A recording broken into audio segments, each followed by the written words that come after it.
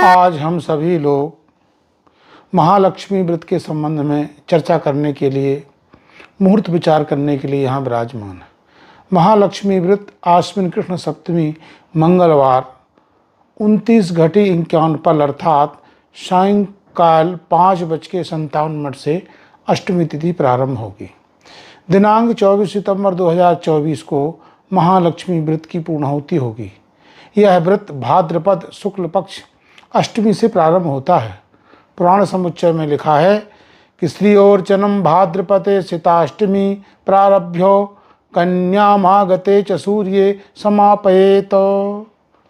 यह व्रत भाद्रपद शुक्ल पक्ष की अष्टमी ज्येष्ठा नक्षत्र से प्रारंभ होकर के जब सूर्य भगवान कन्या राशि हस्त नक्षत्र में आते हैं तब तक यह व्रत चलता है, अर्थात यह 16 दिन का व्रत है।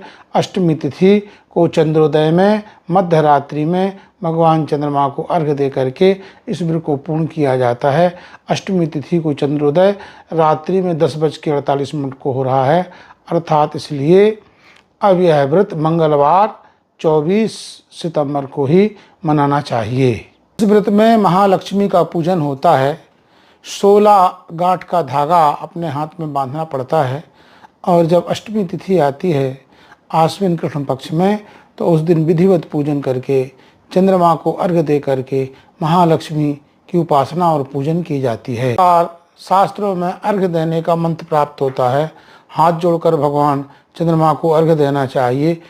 क्षीरोदारणव संभूते कमले कमलालये प्रियच्छ सर्व कामान में विष्णु वक्ष स्थलालये पुत्रान् देहि यशो देहि सौख्यम सौभाग्यमेव चा कमले काली महाकाली विकराली नमोस्तुते।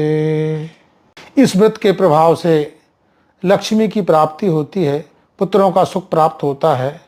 कुंती ने भी इस व्रत को किया था और गांधारी ने भी इस व्रत को किया था। इस व्रत में मिट्टी के हाथी का पूजन होता है। तो गांधारी के बहुत सारे बच्चे थे, 105 पुत्र थे। उस सारे के सारे पुत्रों ने थोड़ी थोड़ी मिट्टी ला करके पूजन के लिए हाथी तैयार कर दिया, किंतु कुंती के पास मिट्टी लाने के लिए कोई नहीं था। अर्जुन को पता चला, उनके मन में क्षोभ आया तो अर्जुन ने इंद्र से ऐरावत हाथी सीधा बुलवा लिया और महाराज रास्ते में चलने के लिए मार्ग नहीं था तो अपने बाणों से स्वर्ग से मृत्युलोक तक रास्ता बना दिया और कुंती ने उस ऐरावत हाथी का पूजन किया। इसलिए उस ऐरावत में बैठ करके लक्ष्मी आती है, सुख समृद्धि प्रदान करती है, पुत्रों को सुख देती है। इसी दिव्य भावना से यह व्रत 16 दिन तक चलता है। 16 गांठ इसमें बांधी जाती हैं। 16 ऋचाओं से भी यदि हम पूजन करेंगे तो निश्चित ही हमको सुख सौभाग्य की वृद्धि अवश्य प्राप्त होगी।